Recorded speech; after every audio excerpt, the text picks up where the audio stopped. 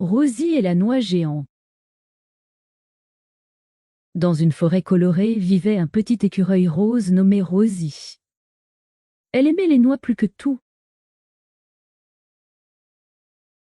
Un matin ensoleillé, Rosie a trouvé la plus grosse noix qu'elle n'ait jamais vue.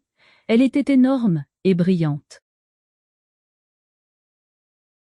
Elle essaya de la pousser et essaya de la tirer.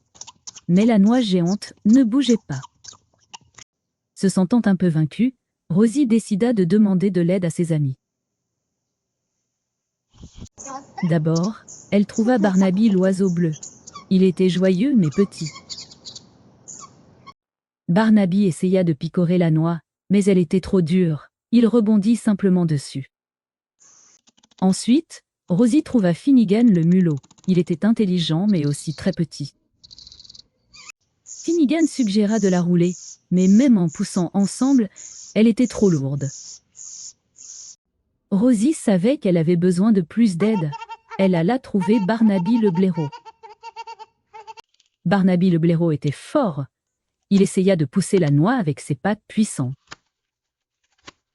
Elle bougea un peu, mais elle resta coincée entre des racines. Juste à ce moment, un groupe de fourmis affairées passa par là. Elles étaient petites, mais nombreuses. Rosie eut une idée. Et si tout le monde travaillait ensemble? Elle rassembla ses amis, Barnaby l'oiseau bleu, Finnegan le mulot, Barnaby le blaireau, et les fourmis affairées. Les fourmis commencèrent à grignoter les petites racines retenant la noix. Barnaby le blaireau poussait d'un côté, tandis que Finnegan le mulot trouvait une petite brindille à utiliser comme levier. Barnaby l'oiseau bleu les encourageait d'en haut, chantant des chansons d'encouragement. Rosie poussait avec le blaireau, ajoutant sa petite force à la grande poussée. Lentement, avec un grand effort de la part de tout le monde, la noix géante se libéra. Maintenant qu'elle était libre, rouler la noix était beaucoup plus facile avec l'aide de tout le monde. Ils la roulèrent jusqu'à l'arbre confortable de Rosie. Elle était trop grosse pour rentrer à l'intérieur, mais elle fit une table de pique-nique parfaite.